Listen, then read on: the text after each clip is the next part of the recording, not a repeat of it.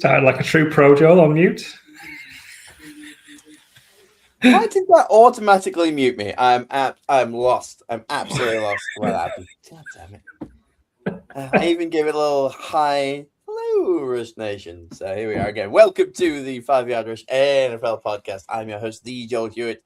And as always, I'm joined by Hank Scorpio and Mark Hoppers from Blink 182. How are we doing, boys? I'm good. I've got the Mark Hoppers reference. I'd rather have that than Sue Perkins, which I sometimes get. So I'll. Sometimes. Sue Perkins in the show. Oh, I've not seen that. Oh my god. Yes. Yeah. Gave it up. Thank you, Zangief. If Joe puts on a wig, does he become Mel from Mel and Sue? Yeah, I can do that. I can do some of that. Save it for the off-season Mel and Sue podcast. What a football-free weekend. Just to remind us what it's going to be like in 2 weeks. Spent time with the family. Did housework. It's just weird. Don't like it.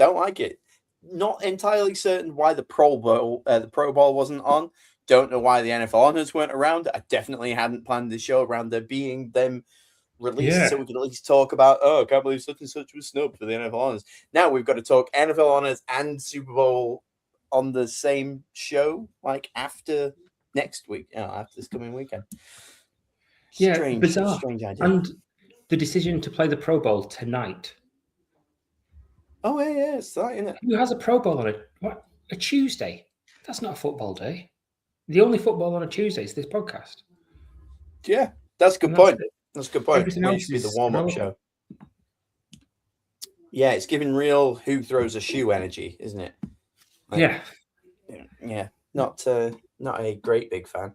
What did everybody else get up to at the weekend? Just sat lonely on a swing, walked around with their head down, the hands in their pockets. Yeah. Whistling Goldfrapp and being sad. Whistling Goldfrapp. Basically. That's your autobiography, isn't it? Yes.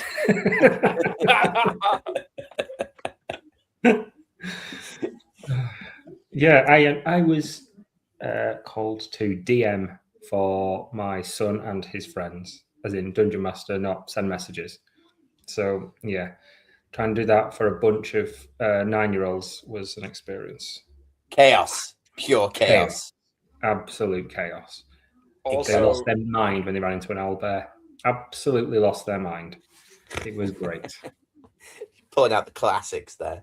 Yeah, we'll say that for the off-season D&D podcast, I guess.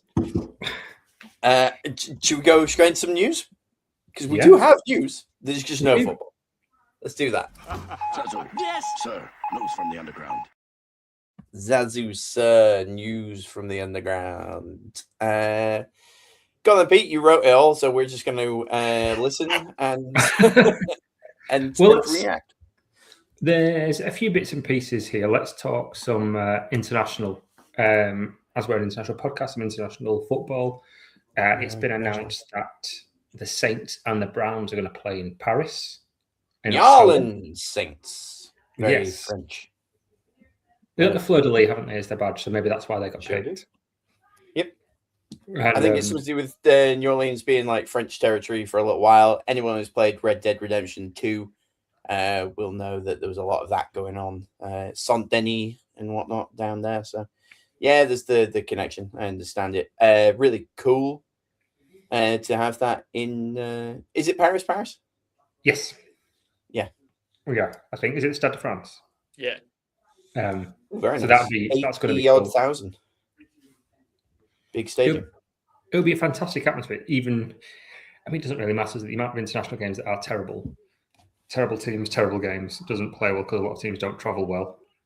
The atmosphere is still a laugh, and it'll still sell out in minutes, as they always do. I just wish that I just got to apologise to France that it's the Saints and the Browns that they've got. Easy. If you compare that to the other international game that is about to happen, and that is the game in Madrid as well. So that's the game hasn't been officially announced yet, but they are playing a game in in Madrid this year, and the rumours are that it's going to be the Bears against either the Falcons or the Seahawks. Yeah. Well, you got to kind of pray for the Seahawks on that one, haven't you? Although the Falcons could be a bit spicy at least, but that's not a bad poll. At least get the Bears out. Yeah, I think Bears Seahawks will be probably the most hyped international game I can remember, because both teams should be good, and Seahawks have got a good chance of being the reigning champions, so that should be fantastic.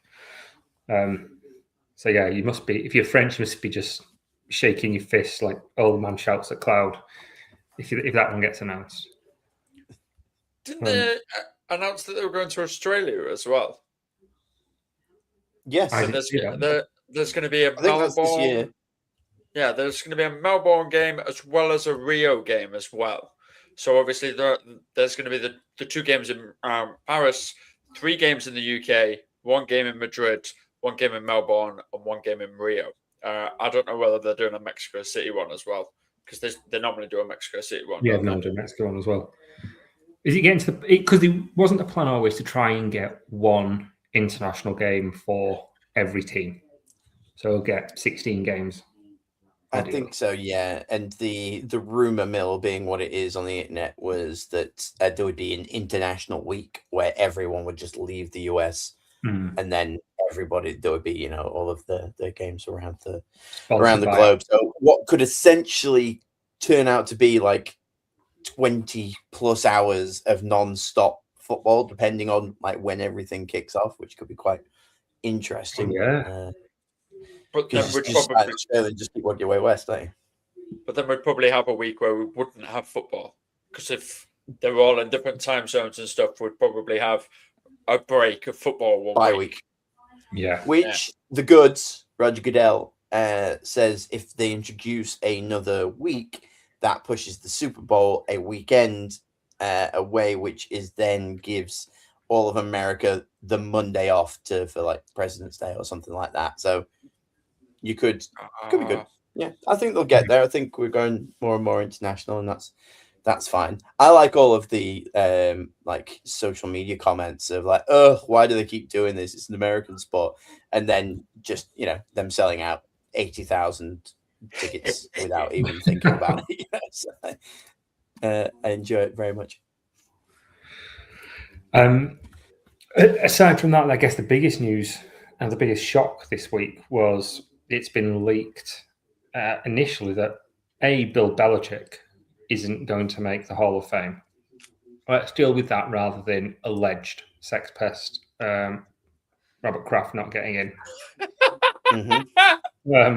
I think Belichick's the bigger issue here. He's had about 3 careers that could all be first ballot Hall of Fame worthy. It's absolutely ludicrous that he's not making it. And say why they didn't vote for him, and it was just to snub him basically for sort of the controversies and that. And there's the odd one that's just like, oh, I'm biased, I don't like him, and it's just weird. I don't like Bill Belichick. I think if I met him, I'd be very polite to him, but I would at least go, hey, if they give me a vote, Bill, I'd put you in. Yeah. I don't like Cam Newton. There's a little part of me that has him down as a potential, not first ballot, obviously, but a way down the road, Hall of Fame candidate, when they really need to get the last of that generation in somehow to get bums on seats to watch it and buy the t-shirts from halloffame-t-shirts.com.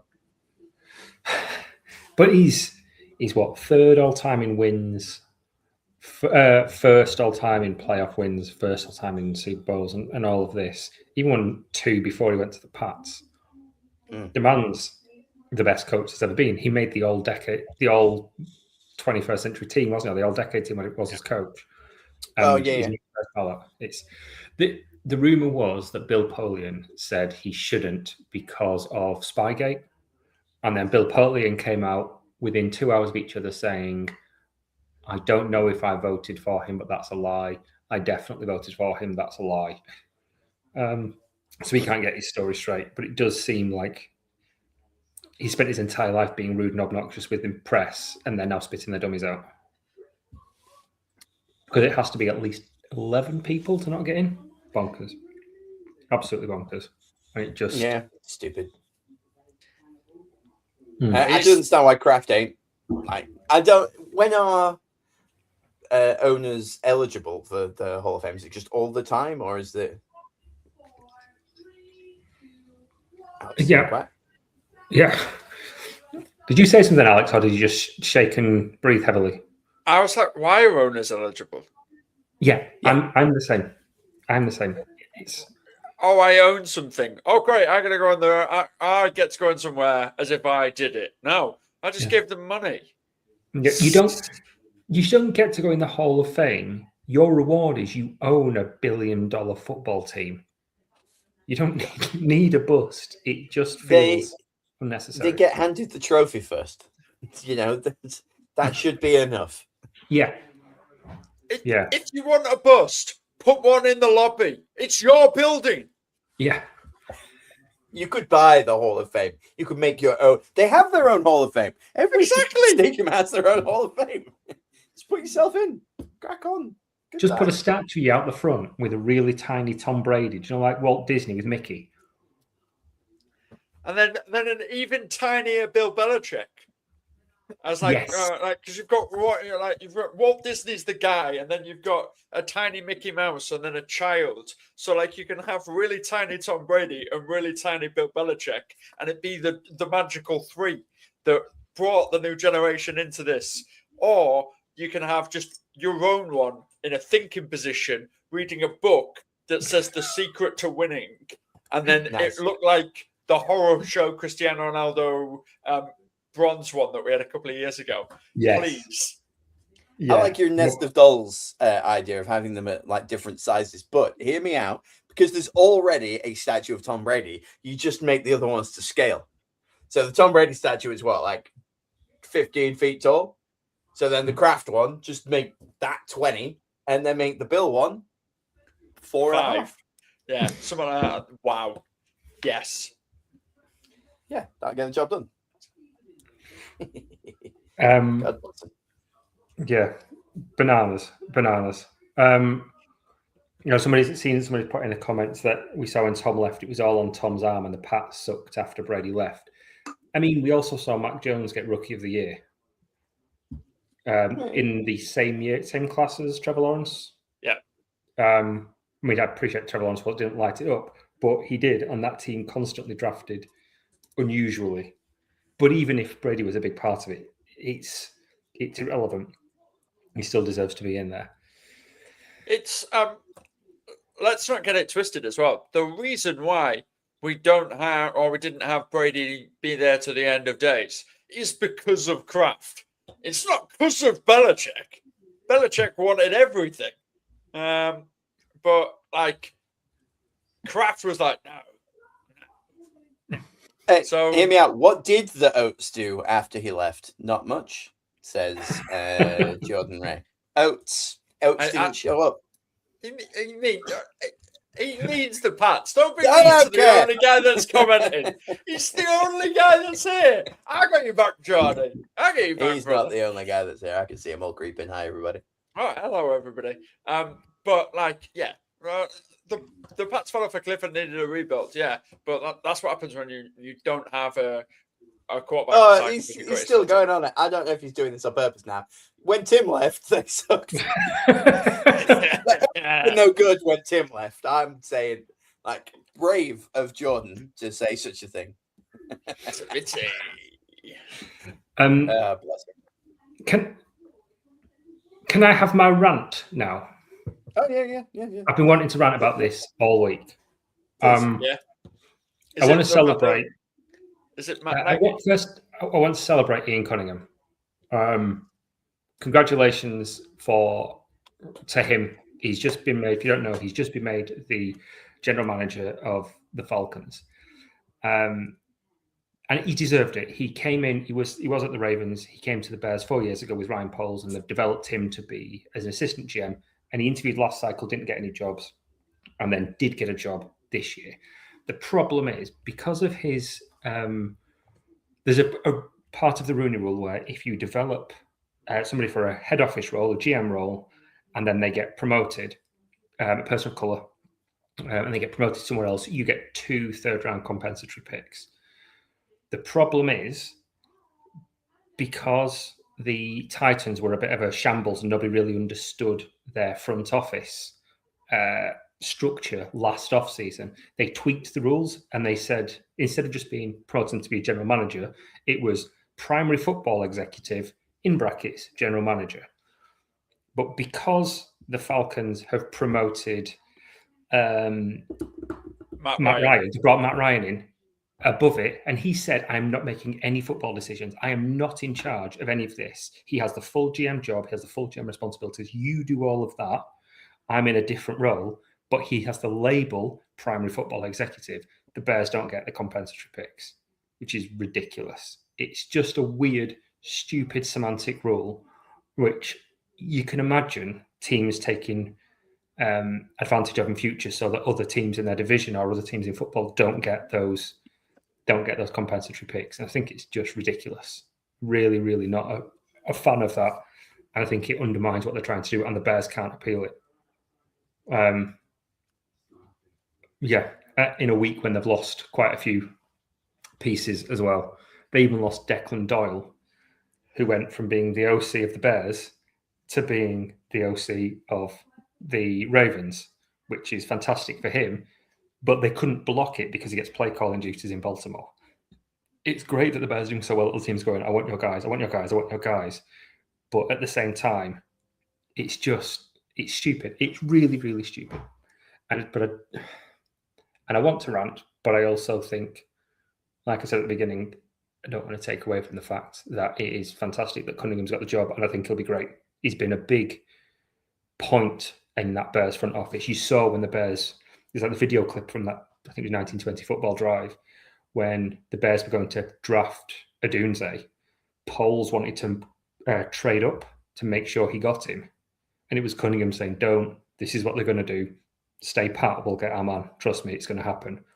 And he did, and he was right. So yeah, it was good for him, good for the team, good for the league as well. Just frustrated because could have done with some more picks. Yeah, and it's also seeing your ex-girlfriend off being happy with somebody else, isn't it? Like there's a little part of that where you just gotta be pleased that they're doing well, but not too pleased. There's levels. Yeah. Hopefully it's somebody else that we can trade with and we can get some decent pieces from. Yeah, that's it as well. It's interconnected people and like all the goods going around. Yeah, so you got to enjoy that. I tell you what's real refreshing is no injury news. Like, fine, there was nobody running into each other at the weekend. Except there is. But we've got away with it. There is single nut. I forgot all about that. Alex Singleton got injured, didn't he? Is he missing? Was it him that got injured? Day off. Come on. Oh, he's not playing anyway. Oh, he's. I think he got injured recently, but I can't remember what it was. But it doesn't matter because he's not playing football. But I don't think there's any for the actual Super Bowl. Sorry, I've just said what you've put for the fifth news story. Do you want to go ahead with what the Titans have done? Yes, the Titans have assembled the Bald Avengers. I don't know if you've seen this. There's a couple of pictures doing the rounds, but their entire coaching staff, they brought Dayball in as the GM, as the OC, DC, head coach with Salah, and he's got 9 kids. Robert Saleh's got 9 kids. Good effort, mate. It's like Philip Rivers Mark II. And I also found out his wife is called Sana. I don't know if that's how you pronounce it. Sana Salah. Sana Salah. Sana Salah, mother of 9. You don't take your husband's surname if you call Sana or Sana. I'm not exactly sure how you pronounce it, but that's bonkers. But yeah, that entire team, all entirely bald. So from when those sky cams, it's just going to look like a pack of eggs on the sideline. Which is doubly not very kind because Americans can't afford them. So that's just a thing that reminds them of the cost of eggs during this interesting political climate. Does it mean that the Titans coaching staff are going to let their players be free range? Oh, Nice. there it is. Boom, boom. Let the hair down. Bless them. They're gearing up for like a rebrand as well out there. The Titans I've seen all over social media. People are like hot takes. The Flames are going away from the logo. It did look stupid anyway, so that's fair enough. But it made me think. Whenever teams change their logos, I always feel bad for the people that have had them tattooed on themselves.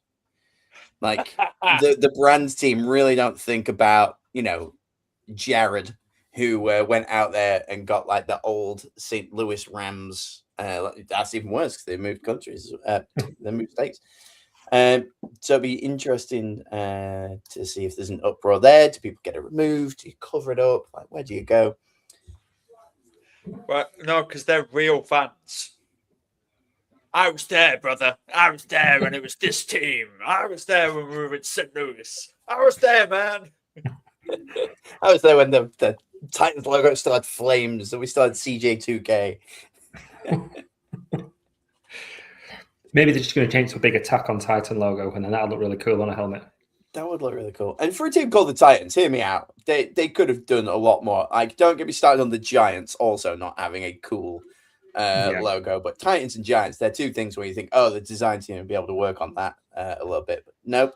All the Titans team did is went, let's put some sick flames on it and make it look like a hot rod, but with weird colors. Like, no, it just doesn't work. It doesn't work. Yeah. It's like, do you know, like when Bandit's trying to explain the tattoo that he wants on the back? I want a skull with flames on it, a knife through it, saying, "Oh yeah." It's just that's how they came up with the badge. Yeah, definitely. Yeah, that was just it looks like clip art. I hate it so much. So the new one isn't much better, but hey. Sorry, Alex. Clip art, right? So I know what clip art is, bro. I know what clip art is. I know what clip art is. I don't get to drop one of those very often. I also know what word art is as well. Ooh, look at this guy. There we go. I don't know why I'm flexing that I know what a terrible kind of media source that you would occasionally use in secondary school. No, I remember a time where I used to think Comic Sans and word art was the shiz. Yeah, 2024. What a year. Gotta love it. Comic Sans, by the way, little known fact for everybody watching at home. The font of Comic Sans was essentially ripped straight from the Watchmen comic. There you go. Is it really? Is that where it originated? Oh, I didn't know that. Yep, that's where it came from. Amazing. But on to, I guess, some other football-related news. Head coach positions just about filled across the league with Clint Kubiak potentially going to the Raiders. I know it says going to the Raiders, but he's still got a job to do. He could change his mind. We've seen it before, but, very, very possibly done. Who's left? Nobody. People. Like, what team is left? None. The last one, good. He had his second interview with the Cardinals, and then very shortly after that, like a few hours after that, it was announced that they're finalizing a deal to be the head coach of the Raiders. So then very quickly following that, the Cardinals announced that they were hiring LaFleur from the Rams. Fair enough. Yeah, another in the nepotism league, another LaFleur. He's in the Cardinals, and that was the last domino to fall. And now it's just filling in the coaching pieces, and a couple of them have kind of come in this last week as well, the OCs and DCs. But with Kubiak, he's refused. I don't know if it's changed now, but I think last I saw, he was refusing to acknowledge that he was being the head coach, but everybody else around him was saying, yeah, he's going, but he's just saying, I'm focused on Sunday. We'll talk about that afterwards. Yeah. Fair enough. Yeah. We need a Marshawn Lynch type. I'm just here not to get fired moment. Just dumb. I think he's seen like the pure hatred that Ben Johnson got from the Lions fans because they blame him for kind of being distracted in their playoff run last year and going, he was distracted. You still pulled like 31 points in the game you went out, so I don't think it's on him, but whatever. So I think a lot of them are a bit more aware of not looking like their heads have been turned when they've got a big game on as well, even if he has been interviewing for multiple teams this week.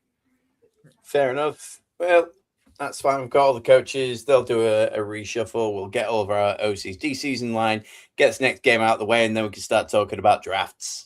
Because that's what we're all really here for. Like, who cares about the big game at the weekend? We just want to talk about where's Mendoza going? Who's going to fall? What do the Cardinals do? That's going to be the exciting one, isn't it? But we'll probably have an entire pod on the Kyler Murray episode. Yeah. God. One last of those coaching ones that just got announced today was Matt Nagy has just been announced as the OC for the Giants. And I hate that for them so much. Why? I really do. He's just like once bitten, twice shy. No, because he's not very good. He got the Bears job for being the quarterbacks coach for Pat Mahomes when Pat Mahomes was fantastic. He came to the Bears, got coach of the year the first year because of Vic Fangio running the defense. They had an all-time defense with Vic Fangio just being absolutely monstrous. He was awful as an OC and an offensive man when he was there. When he went back to New England, he initially went back to New England, to Kansas. He went back as the quarterbacks coach. That first season he was there, when he was the quarterback coach under Eric Bieniemy. Pat Mahomes was the MVP. Then Bieniemy left. He got promoted to the OC for the last 3 years, and Mahomes has just gone, how is a team with Reed and Pat Mahomes and Kelsey in his prime, and he's on the way now. How is that team being a defense first unit? I just don't rate him at all. I mean, even the Chiefs didn't. They're like, oh yeah, he's getting a coaching job, but they didn't wait for him to get a head coach job somewhere else before they hired Eric Bieniemy and refused to re-up his contract. So, yeah, I worry for. So you have thoughts, is what you're saying? I have some thoughts. Okay, yeah, some thoughts. But on the plus side of Matt Nagy, he's proven that he can work with young QBs in a new system and make them do that. Is he going to be? I don't know if he's going to be like doing the play calling. Doesn't Harbour like take on all that? Yeah, I mean, what I mean is that, like, obviously when Pat Mahomes was there, he's worked with a young Pat Mahomes and done that a lot. And I'm doing it tongue in cheek because Pat Mahomes is a generational type talent, and by the sounds of it, Matt Nagy did absolutely bugger all. He just sat back and watched Pat Mahomes be Pat Mahomes, and I'm not dumping on Jackson Dart here like a lot of people have done, but have they? Give me their names. I will go around with a bat and I will say hello. But Jackson Dart is. This sounds really revolutionary. Jackson Dart isn't Patrick Mahomes. Whoa, is he not generational talent that you can just sit back and watch? Joel may disagree. Young QB needs nurture. Before we move off news, can we just flash up this fantastic Pat's tweet? Yes. Oh, yeah. So let good. Me just bring it up. Here we go. Bam. New England Patriots. Been to so many Super Bowls, they don't even know or care who they're playing. They tweeted that this evening, and it's still up. Round 2 versus the Rams when they beat them 13-3. I remember that. God, worst Super Bowl ever. Yeah, I mean, strange thing for the social media team. I just assumed that the social media team aren't used to having seen the Patriots in the Super Bowl. It's been a bit of a drought for them, so they get confused because they're probably Gen Alphas that have just toppled off their high chair to create some social media buzz. And yeah, they've come up with this. Also, they did the horrible floating Marvel heads thing. I don't like. That's bad. That's rough. And it's still up. I mean, didn't Star Wars start that? Yeah. Was it Star Wars first? I I don't swear know. it would have been with Force Awakens and stuff like that. It would have been. No, I mean on the old posters they had all of the. Oh no, it wasn't really the heads, was it? It was the full bodies, wasn't it? On the original Star Wars posters. Yeah, and then like didn't they also do a flying V as well? All Star Wars posters. Yeah, kind of. Yeah, it was always like in that kind of sense. But Thor Ragnarok, I think, was the one that everyone went, "Oh my god, what a fresh take on a movie poster!" And then every single Marvel movie and other movie just like copied and pasted the same thing. Gone was creativity. In were floating heads because one person made it look cool that one time. It's Labubu's all over again. Daniel YTT. I've got modern references as well. Yeah. Last bit of news: Mason Crosby hints he wants to play for a contender. I mean, Also Mason Crosby will after all those misses, but I think we're talking Max Crosby this time. Oh gosh. Yeah, he's got took my glasses caught by off. the Packers. He needs a team. Max Crosby, Max with 2 X's because he's that cool. Yeah, Probably has a skull tattoo. You know. He has Definitely multiple has a skull tattoo. yeah. yes, multiple skull tattoos. He does. Yeah. He put a tweet out there that's been one of those cryptic tweets about, was it the team the fastest ships don't wait for the wind to fill their sails or something like that. And kind of hinting, I'm not going to wait for the Raiders to come and get good. I'm 29, I need to get somewhere now. And he put an eagle and a star on there, which a lot of people suggested was hinting, Cowboys or the Eagles. But I think was actually his high school team was the Eagles as well. So I don't think it's a come get you to them. But social media went mad with all of these fans just going, please come be a Chicago Bear, please come be a Tennessee Titan. Everyone put together like PowerPoint presentations, be like, hey, Max Crosby, not Mason. Just sit here for a second. Let me just bring up the slides that we've created for you today using clip art. I mean, he almost went last season. I think there was a lot of trade rumors, but I know it's gonna. I feel like if he goes, that's a positive sign that the Raiders are going to do well, and Max Crosby is going to be the SpongeBob meme of just staring through the vent while Raiders fans run off into the playoffs.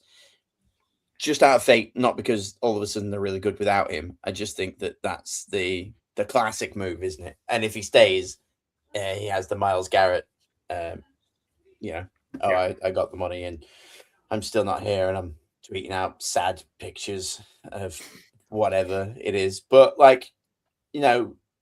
Myles needs to cheer up. He's got a Pro Bowl quarterback finally. So he just needs to settle down. Right? No more. I hope there is something in Myles Garrett's contract that was like, if we get a QB to the Pro Bowl, you can't leave. And somehow they've backed Shador into there. And it's like, no. The best bit is the argument was, he got there because all the people who wanted for the alternates couldn't make it. But Joe Burrow has just come in as an alternate for the AFC after Shador Sanders. Which is bananas. Ludicrous. Enough of that numpty anyway. Yeah. News over, I'm saying. Onto the thing that is arguably the biggest weekend of the sport that we actually super enjoy. Let's do a little topic of the week, shall we?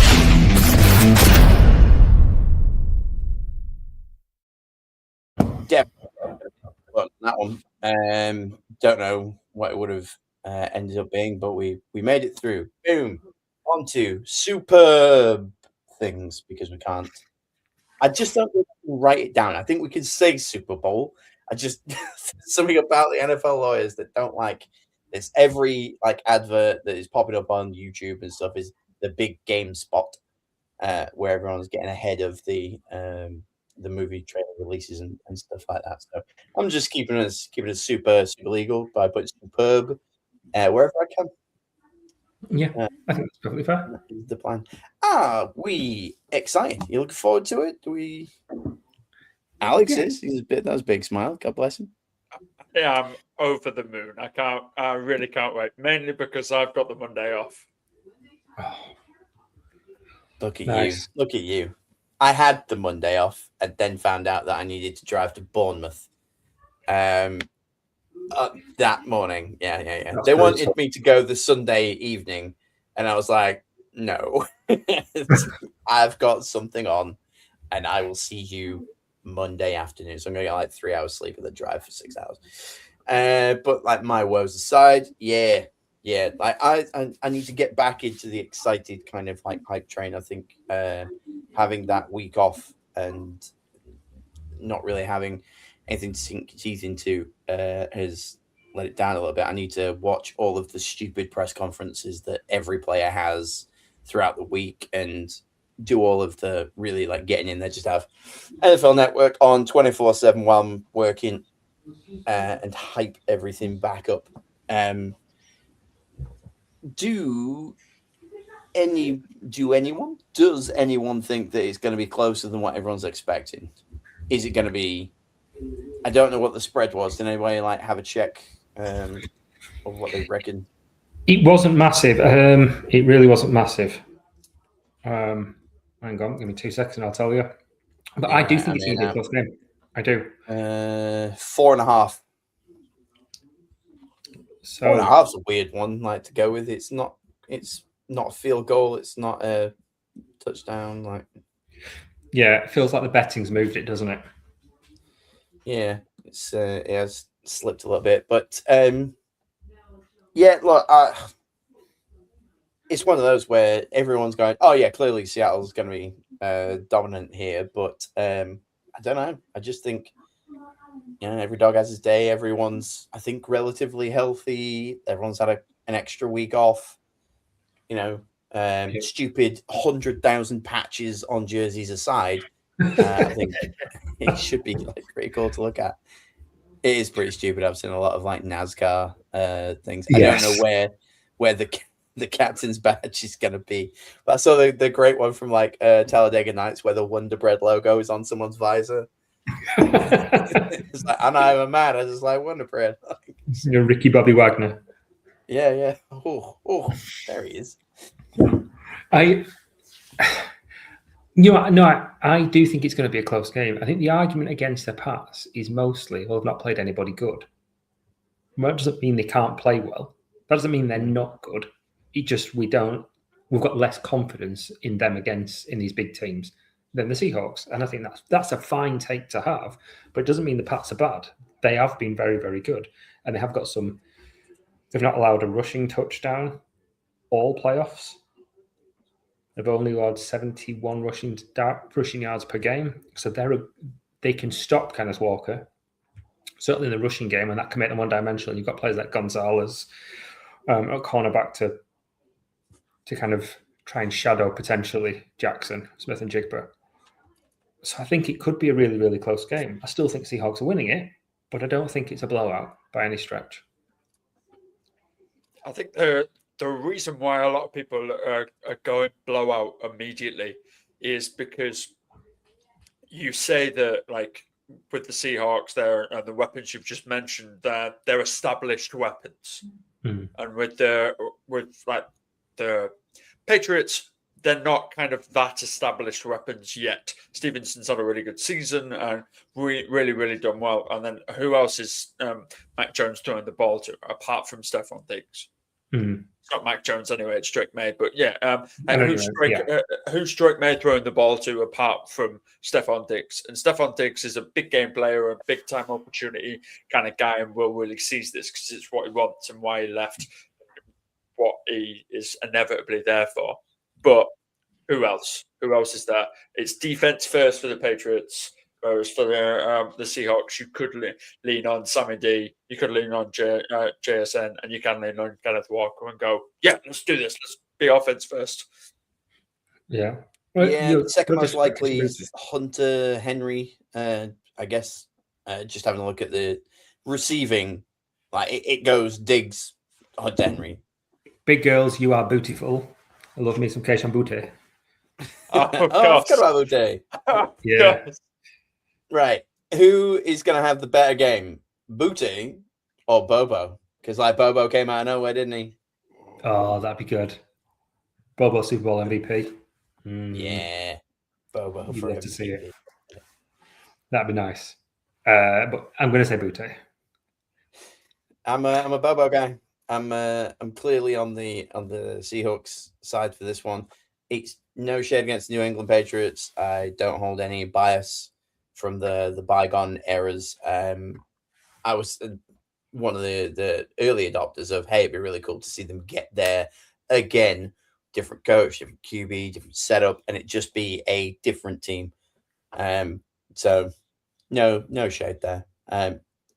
I would take that Seahawks -4.5. I think that's to me, that's fine. That's just enough. If it was 6.5, I guess, like force a touchdown, like difference, I wouldn't be so sure. I would just go on the win. But other wonderful things. Coin toss, heads or tails, guys? Evens. Always heads. I always go heads. Yeah, I'm a heads guy. Yeah. I don't believe in the propaganda, the people that support tails with never fails. I just never bought into it. There's a lot of people just saying it, but nobody knows where it came from, you know? The last 50% 3 of the years. time, it happens every time. There it is. There it is. The last 3 Super Bowls have been heads, so it's going to be a tails this one. I'm just saying, you That's give it not to the how hot. maths works. If you don't mess with a winning formula. Heads. That's it. Can't convince me any otherwise. Speaking of betting odds and whatnot, a bunch of this is just going to be us talking about like the things that we think might happen, the things that could happen. One of my my favorite ever kind of like Super Bowl replays was when the Giants went against the Patriots for the second time, and there was a lot of this happened the last time they met. Could it happen again? Giants to be behind going into the fourth quarter and end up winning it. Ludicrous odds. Put some money on that. Paid for an entire night out. It was fantastic because they did it. And so I've been having a look. I'm going to pull it up here, I think. Apparently it was just me. Let's bring you two in as well. And these are the Super Bowl XLIX, which is what, 49? There we go. Took me a sec. These are the things that happened in Super Bowl 49. And I put to you, will any of these happen again? So, any running back to score the most receptions in the game. Bonus points if either of you can name the running back that got the most receptions in that game. And when is this 49? Yeah. This was the last time the Patriots Seahawks went against each other. So it would have been beast mode when he was just unstoppable that game, I assume. No, you would be wrong. Alex, got any ideas? I can tell you it was a New England Patriot. You're absolutely right, Alex. It was Shane Vereen. Shane Vereen was the running back that got 11 receptions. More than Julian Edelman, more than Gronk, more than Amendola. God knows why that came out of nowhere. So is there going to be a running back that has the most receptions in the game? I don't think so. With JSN being out there, most receptions in the game, so it has to out catch any player on either team. It's not just on their own team. So I don't think that's going to happen. And that's the second one. Any RB to record 11 receptions. Again, Shane Vereen. And running back to record 100 rushing yards and a rushing TD. I assume the closest to this is going to be Kenneth Walker. But as you've said, I mean, out of all of them, go on then. You think Stevenson's got a better shot at that? I don't think anybody's doing it. No. But what I'm saying is the most likely of the two would be Kenneth Walker. But as we've kind of like stated, that the Patriots defense going to like stop that run. For a bonus point, who had 100 rushing yards and a rushing TD the last time these two made the Super Bowl? That would be beast mode. That would be beast mode. Yeah, you're absolutely right. 7 different players to score a touchdown is wild to me. That is. Apparently that happened last time around. I've got it up here. Marshawn Lynch was the only rushing touchdown. And then Julian Edelman, Rob Gronkowski, Danny Amendola, Brandon LaFell, Chris Matthews, Doug Baldwin, all got touchdowns. So I think that's even like more than that. It was a ridiculous amount of like different people on there. I definitely don't think we're getting 7. Does that include defensive touchdowns as well? It just says individual players. So yes, that would be if you had different people on defense. If you get 3 pick sixes from different players, that would count there. 7-1, not bad.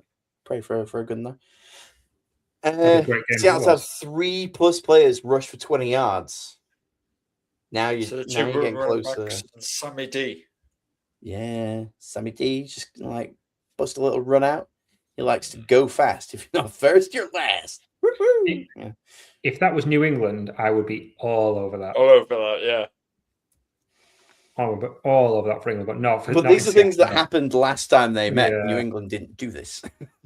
Yeah. New England last time they met, rushing, they had LeGarrette Blount, who got 40 yards, Shane Vereen, who got 13, Julian Edelman, who got 7, and Tom Brady with -3 rushing yards in that Super Bowl.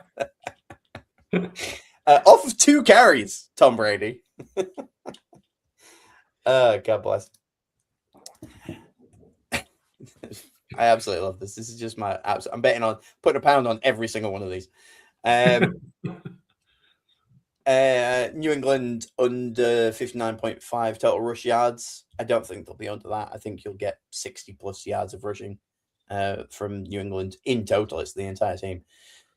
Now we're talking, though. Final Seattle drive to end with an interception. I mean, it's heartbreaking.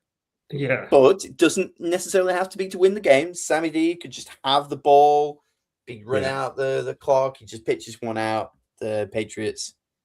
It's just the final Seattle drive. Yeah. So the Patriots could like just pick it off and like attempt a drive to win it or whatever.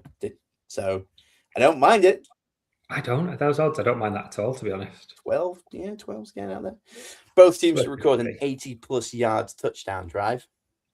Yes. Again, don't mind it. I like that. Yep. That's a big. like that's a really nice one. Mm-hmm. Especially with, well, I mean, I guess there with like kickoff rules being different now, you kind of start at the 25 a lot. Yeah, it's on punting though, isn't it? You're relying on good punts for that. Yeah. I hate correct score guesses like 0-0 at the end of the first quarter, 14-14 at the end of the half. Don't like that. Or all you can stay the hell away. That's 500-1. Both teams were recording an interception. Yeah, right. I'll take it.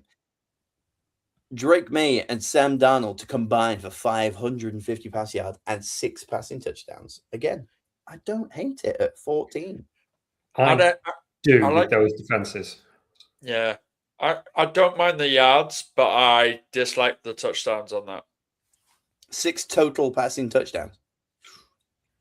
3 each. Yeah. The yards is fine, but the touchdowns 6 is a lot. Yeah. Then we start to get a little brutal. Interception thrown in the opposing team's end zone. It feels almost inevitable, doesn't it? Just for the narrative, but yeah. And then even worse, interception thrown with under 1 minute to go in the fourth quarter. And then even worse, Seattle to attempt a pass at opponent's 1 yard line. I hope that happens. Yeah. I am absolutely praying that just so they can show the clip of it all going wrong and then it working out this time. Even if they lose, they go like, hey, they got rid of the demon that was that 1 yard one. So yeah, I'm betting on pretty much all of these things.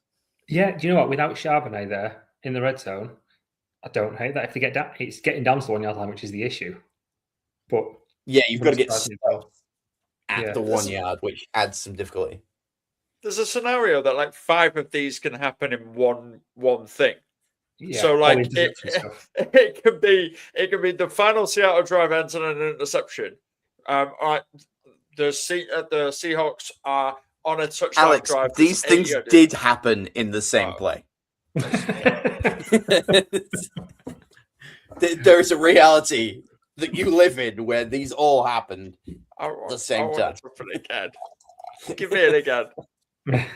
God, the absolute top. They'd run it. They absolutely run it. If it comes down to that, they're like, no, not again. Kenneth Walker. Still lose, but Kenneth Walker. The one thing that really did annoy me was the amount of press that asked that same question to both Mike Vrabel and the Mike McDonald of the Seahawks and all of the New England players and all of the Seahawks players. They just asked the same question 7 times to 7 different people to try and make a news narrative out of it. It was like, get a grip. Happened a long time ago. No, stop this. It's nothing to do with me. I mean, it's not as bad as the reporter that asked Drake May if he was planning on winning on Sunday. I like that. That is... What did he say? He said, yes. I'm shocked. I know. Bulletin board material for the Seattle team. Yeah, I didn't see that headline anywhere. Drake May plans on winning Super Bowl. I thought that would have made some press. It would have a few months ago. I've sent you both the link to that because it's actually weirdly... I found it once and then found it really difficult to navigate back to the Super Bowl XLIX repeat specials on Sky Bet. Sky Bet, sort your app out. Hey, come on. I want to tie into one of the things that you mentioned on there with that, and this is, and I kind of touched on it, Kenneth Walker. So the line for his rushing yards is 73.5 yards. He's done that. He's done that 6 times this year. I said earlier on, Pats haven't allowed that all playoffs. They've not allowed a single rushing touchdown. We saw that although he looked quite good, the Rams bottled him up very quickly, and their rush defense isn't as good as the Pats. They bottled him really quickly, and he just went into the passing game. So they still kept him involved, but he was just catching passes at the back, and I could really easily see that happening again. I think that line seems way too high. He's done this season. They've got the 6th best rush defense in the league. They only allow 101 yards per game total over this season. And Walker isn't a bruising every down back. He's not really been that at any point in his career, or not very often, apart from when he's had to have it for injuries.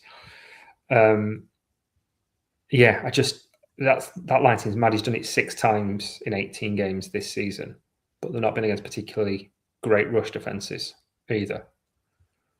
So I'm definitely taking him there. That feels like free money to me. Yeah. Would you? What would you say all-purpose? Do you think he's well over that all-purpose yards? Yes. Receiving and running. He goes 100 all-purpose. And I think when we were saying, could a running back lead for receptions in this game? I think he could. I think he could lead this game in receptions. You think just like cheeky, dump-offs? Mm-hmm. See, I think it's the guy that you've got above him, which is Cooper Kupp. Yeah. Okay. Yeah, I can see that.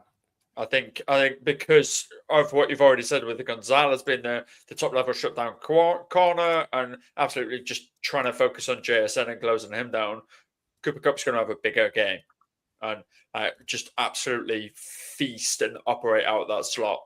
Just don't dive, scramble for them yards. Absolutely do it.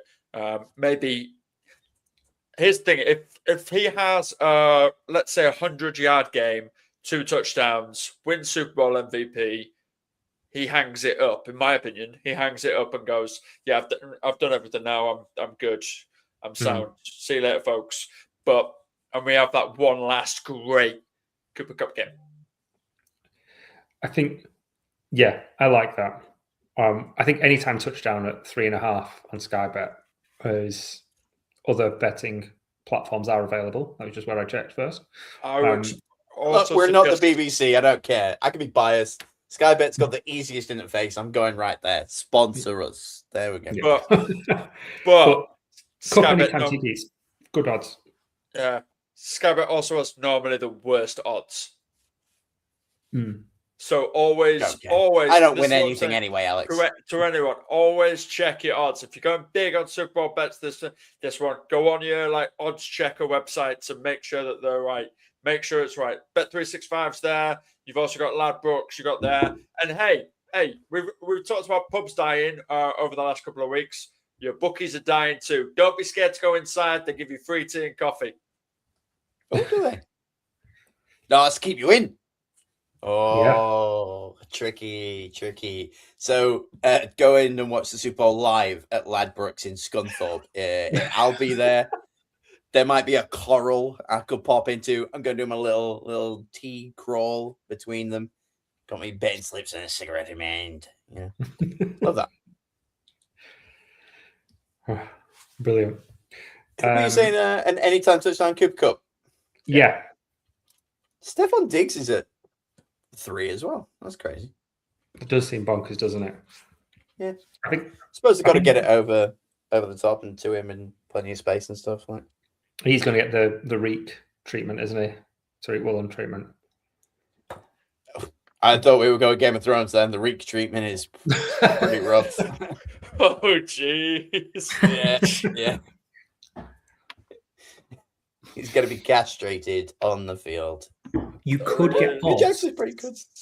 You could get odds, and they were surprisingly low on Stephon Diggs proposing to Cardi B on the field after the Super Bowl. Oh, God, please. Please, no. I'm not taking it, but it's only 12. I don't think I'd be able to watch the rest of the game if that happened.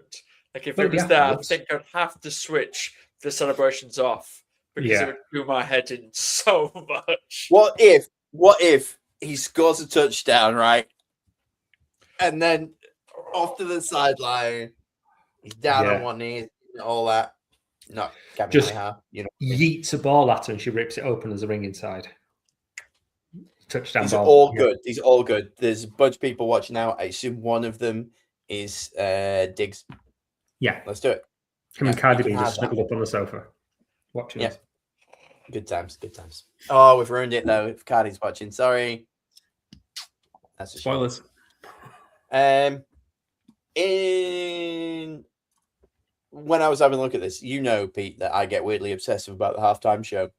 Yes. Not necessarily on whether or not it'll be good or bad or any of this. I like trying to bet on it. It's great. It's great fun. I was obsessed. You should have seen how far back I went through Justin Timberlake's live shows to try and work out the exact set. I nailed the first song. Nobody thought it would be the first single that he released off of the Man of the Woods album. I can't remember what it's called now. You'll know, Alex. Go on. I must admit, I don't.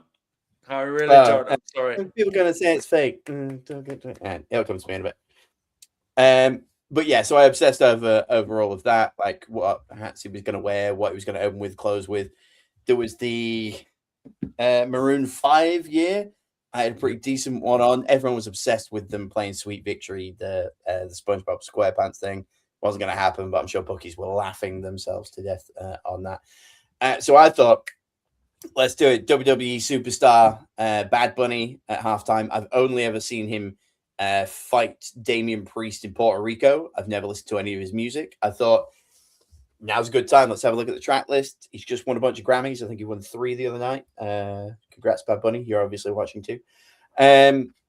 So I'm looking at the list, and boy, I cannot pronounce a single damn thing as far as his music goes. It is like the opposite of Scrabble for me. I just can't even. So I don't know a thing about Bad Bunny. Should I watch Creed on Fox out of pure shame? Because I think Creed are the alternate MAGA halftime show that they're being put on by some idiots who don't want to watch a Puerto Rican. It was Filthy by Justin Timberlake that you were talking about. Filthy. Thank you. Yeah, absolute jam. Good to run to. Yeah, Man of the Woods is an underappreciated Justin Timberlake album. Yeah, top 2, I reckon. Future Sex Love Sound, Man of the Woods. Don't at me. Or do at me. Future Sex Love Sound is the best. Yeah, definitely. T.I. dropping absolute bars on My Love. I think I have that on vinyl somewhere. That album from when I took my missus to see him and Timbaland playing in 2007. Incredible. Which was very cool. Torn off that album. It's very amazing. cool. Yeah. Alex can't think of a better album, so I was gonna say Justified, but it's come fine. on. It's a Michael Jackson album. You and I know it. Yeah. Okay. It's a reject. I mean, everybody knows MJ it. rejected it. They gave it to Justin Timberlake. That's how it is. Okay. We can all agree that the 2020 Experience is not the album, though. No, not his best. No. Still some like good songs on there. Oh, Mirrors was don't get the me wrong. first dance at my wedding. Love it. And there's a few others. I think That's Strawberry. really cool. Yeah, Strawberry Bubblegum. That was a good track. I That's could nice. wax lyrical. We'll save it for the Justin Timberlake podcast, which actually this has turned out to be. But yeah, so weird bets aside on Bad Bunny. Pete, go on. Pronounce the title that you say is the heavy favorite to be the opening song. Titi mi pregunto. Oh, son of a gun! Titi I just mi realized pregunto. lingo. Yeah, it's Spanish for "Auntie Ask Me." I don't know the song. Honestly, I've just googled it. I'm not going to try and pretend that I know any Bad Bunny because I have no clue. But it's very, very heavy favorite, which doesn't always necessarily mean anything with the halftime show because they like to mix it up, don't they? Yeah, Alex, you have a radio show where you talk about number one hits. Bad Bunny, the most streamed artist in the universe right now. What's your favorite Bad Bunny track? It doesn't have any UK official number ones. There we go. Bad Bunny, UK, not big enough this side. The UK is a predominantly very not antiquated Bad Bunny kind of thing. We say we're down with the kids and we're all this. We are very anti R&B, the UK, over the last couple of years, I think, which is predominantly what Bad Bunny is. I did see a crying shame that the last song to hit the UK number one with an actual key change a la Westlife was like back in 2003. We've lost something, haven't we, as a society? No one's getting up off of stools to add emphasis at the end of the song, singing the same thing they did before, but slightly higher. Where are we? What are we even doing at this point? Got to bring it back. Do you like what Darkness was to like 70s metal, but just do that for Westlife?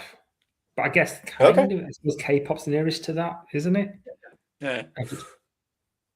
And there was a lot of K-pop Demon Hunters last year, so yeah, like Golden was all over the place, wasn't it? Like that was absolutely an unbelievable record. But yeah, I'm not really familiar with Bad Bunny. I must admit, the most I've seen of Bad Bunny is either WWE or Happy Gilmore 2. Oh, he was good in Happy Gilmore 2. Yeah, he was very good in Happy Gilmore 2. Yeah, I really liked him in that. That was great. Genius move. Alex, go on. You start to populate with some weird and wonderful bets on the Super Bowl. What you're looking at? The national anthem will be over, as everybody always says. It's I was going to say, what's the time? What is the over? The cut-off is normally. Oh, I wondered what that was. Cook's tea. Yeah, never mind. The over is normally 2 minutes. Right. Okay. Yeah. So it's going to be Charlie Puth that is singing the national anthem. Over. It's yeah, over. Love a bit of Charlie Puth. Yeah, it's completely over. We've already covered the coin flip. I personally think it'll be tails. You guys think it'll be heads. And I am feeling a yellow Gatorade. Whoa. Wee color. Yeah, that's exactly what I think. Just pouring a big vat of piss. That's just what you want on a t-shirt, isn't it? Like... Yeah, I'm feeling a yellow Gatorade this year. It's either going to be yellow or red, simply because obviously the teams are there, but I don't think it'll be blue. I've just seen one of my favorite Orange is such a basic pitch answer, but he's right. Will a player or coach cry during the national anthem? Yes. Yes. Yeah, isn't Stephon Diggs like super emotional? Like, I'm sure I've seen him cry at a playoff game or something. Like, yeah, it's like, who is that boxer that used to cry on the way to the ring? Oliver McCall. And he used to cry before every fight. He got really emotional. That's going to be Stephon Diggs. Just get all his emotion out and crying before the game. I imagine that Cardi B just puts on WAP, and then Stephon Diggs just sat there crying his eyes out, bawling. It's so beautiful, man. It's so beautiful. Poetry. Who will the MVP thank first in his speech? God/religious figure is right up there at the very top of this one. It was the /religious figure. Yeah. Everyone is welcome to do whatever they please, but like, I cannot see any MVP that isn't a white Christian dude. All right, this is not the way that people vote. So somebody stepping up and being like, "Hey, first of all, Allah, thanks, dude," and then like holds a trophy. Like, what? Could you imagine, with the state of what America is at the minute? Could you imagine the reaction? I would love it. I would love to see it, but the reaction would just be feral. Well, if someone goes like real off-piste and is like, "First, I would like to thank Odin's son." Like, all praise Imhotep.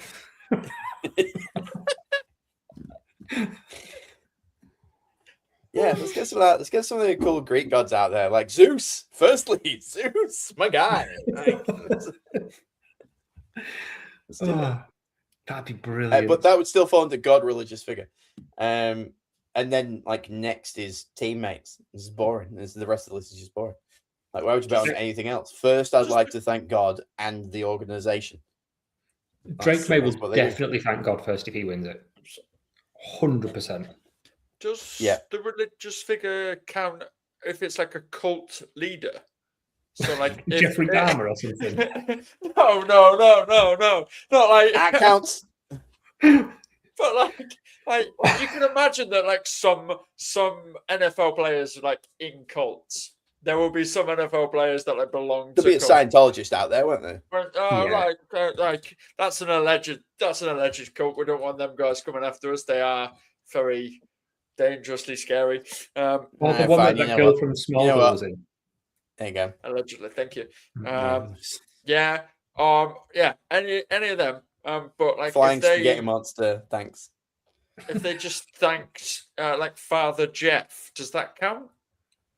Yeah, I'd like to thank my pastor. Like, yeah, Padre. Depends who Bad Bunny's out there. Maybe Bad Bunny gets MVP. I don't know. Like, he's pretty good in Backlash, you know. Oh, there's some good stuff. I've just seen the Will Stephon Diggs proposed Cardi B. There was an asterisk on this though. It must be shown on the broadcast.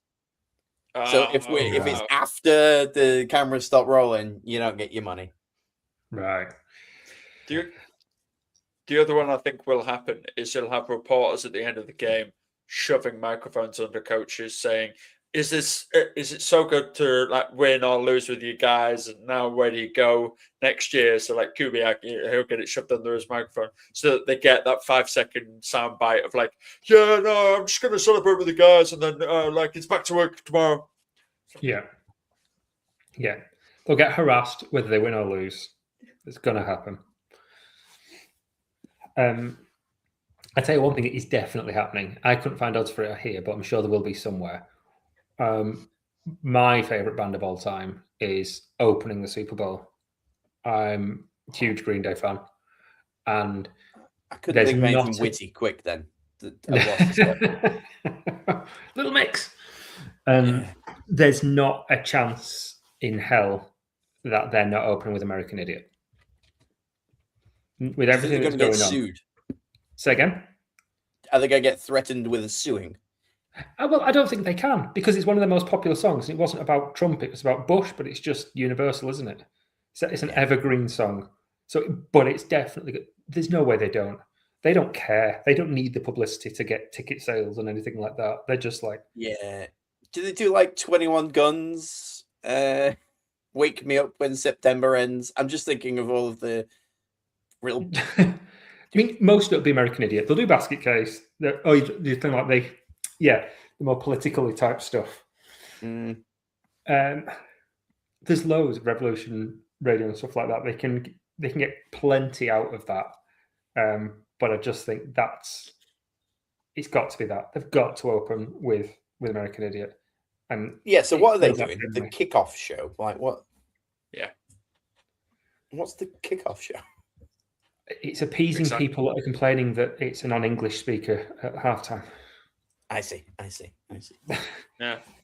It's American game, should be American people. You didn't really care when it was Coldplay. You didn't really care when it was McCartney and all of these other English acts that have been and done the halftime show. You just care because of his skin color.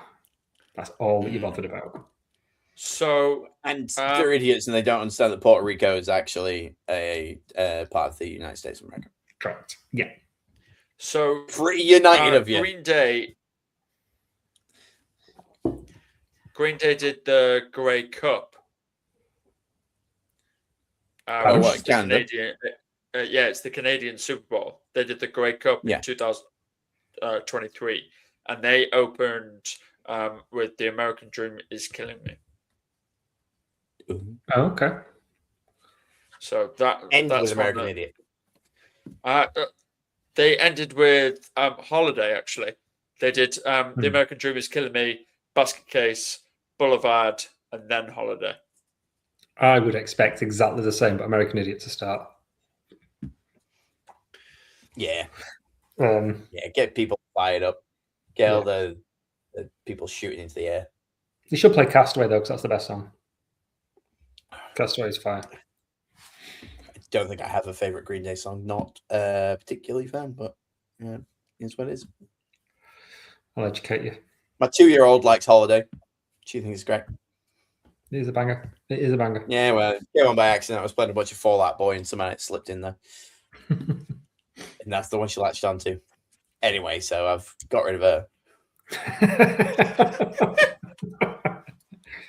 That's why you call it an heir and a spare, isn't it? That's why you have 2 kids. Who's the sister's little organ donor? There you are. Yeah. Oh, brilliant. God bless it. So, right, come on then. Last thing. Who's winning? What's the score? Alex. Seahawks 27-21.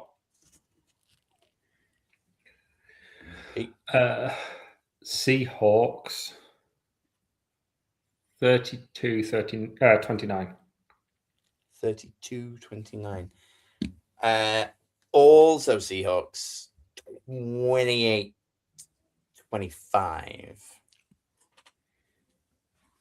Okay. Yep.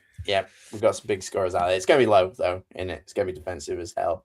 Yeah, 6-3. Oh, I guess one final thought to land on. I've just seen multiple tweets about it, and I also thought it was hilarious that obviously it's at the Field of Genes, Levi's Stadium, and they've taken down the Brock Purdy banner to put up a Sam Darnold banner, which is beautiful for a rival to get that up on there. Everybody who drives past the stadium, all the Niners fans, can see Sam Darnold, Super Bowl, all this kind of stuff. Just absolute ginormous. It's like 50 feet tall. It's beautiful. That's rough. It certainly is. I absolutely love it. Any final thoughts? What did Russell Wilson used to say? Was it just go Birds? Go Hawks? Go Hawks? Go Hawks. It's just at the end of every interview, he always just like, go Hawks. And it's like, day one. It would be Go Hawks, yeah. Yeah. Go Hawks. Cool outro, Fred.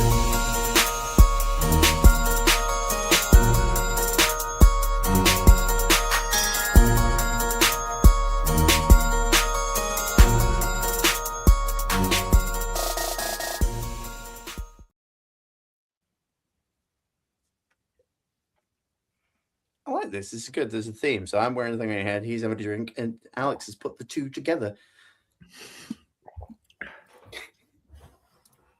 Thank you and good night.